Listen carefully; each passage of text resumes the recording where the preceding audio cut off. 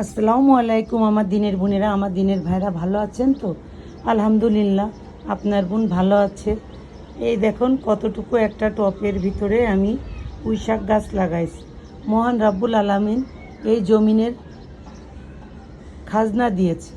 আমার পুঁই শাকগুলো মাশাআল্লাহ সুন্দরভাবে বেড়ে উঠেছে। তারপরে ওই গাছগুলোতে আমি আলু তুলেছিলাম, সেগুলোতে আমি আবার বীজ রোপণ করেছি। গোলাপ গাছ আছে এখানে আছে ঝাল গাছ, তারপরে আছে সকাল সন্ধ্যা গাছ। আবার এই দেখুন আঙ্গুর ফল গাছ হয়ে উঠেছে, যে আঙ্গুর আমি দেখিয়েছিলাম, ওই যে নিচ থেকে আঙ্গুর ফল গাছটা সুন্দরভাবে হচ্ছে।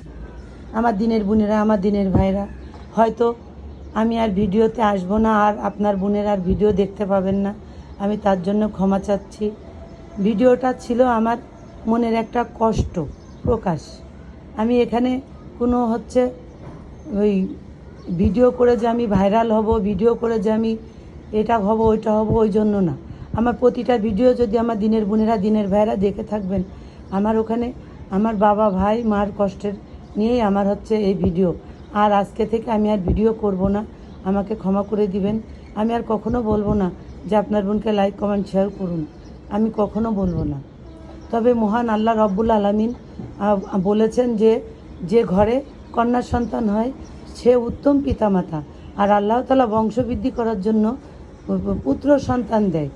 সে কিন্তু আল্লাহ তাআলা সন্তুষ্ট হয়ে দেয় না, অসন্ত হিসাবে দেয়, যে সে সন্তুষ্ট না, যে যার কারণে তাকে পুত্র সন্তান দান করে। আর যার প্রতি আল্লাহ রাজি খুশি থাকে, যার প্রতি তার ভালোবাসা থাকে, কন্যা সন্তান দিয়ে ভরে দেয়। আমাদের মরণের কালে আমাদের সর্দারনি হবে আমাদের মা ফাতেমা। তাই আমি সকল মা ভাই বোনেদের বলছি, সবার সন্তানদের আগলে রাখবেন, বাবা মাকে স্নেহ আদর করবেন, ভালোবাসা দিবেন, আর এই বোনটাকে ক্ষমা করবেন। আল্লাহ হাফেজ।